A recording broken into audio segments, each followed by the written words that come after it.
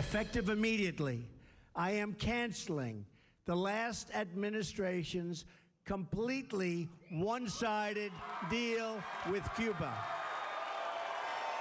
Welcome back. President Trump's announcement on Friday, rolling back some of the Obama administration's Cuba policies, was crafted in large part by Senator Marco Rubio.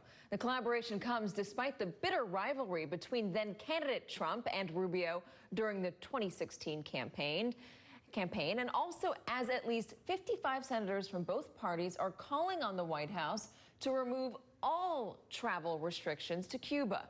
Chuck spoke to Senator Rubio on Sunday for Meet the Press. Here's a part of their conversation on Cuba that you didn't get to see.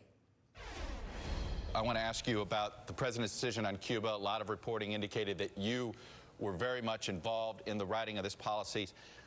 Senator Jeff Flake, a Republican from Arizona, came on my show earlier this week, and he essentially said if this, that there's a majority in the Senate, perhaps even a supermajority in the Senate, that would vote to lift all sanctions, to lift that travel ban for Americans going to Cuba. Why not put your policy here that you push for up for a vote in the U.S. Senate to see if it has the support of the United States Senate?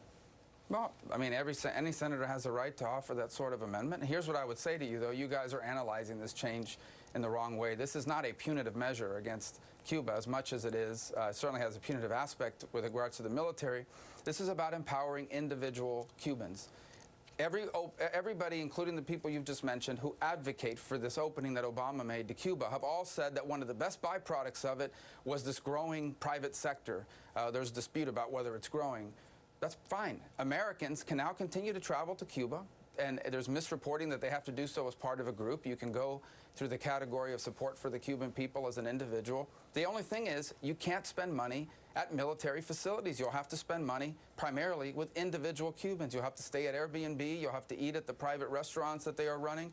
It's up to the Cuban government now to allow individual Cubans to do more of that activity. This is about empowering individual Cubans to be free from government economic control of their lives. That's the purpose at the core of this measure. All it says is no more money for the Cuban military-run entities. Why should Americans be funding and supporting the Cuban military, who is behind enormous amounts of instability in the region, including what we see now in Venezuela?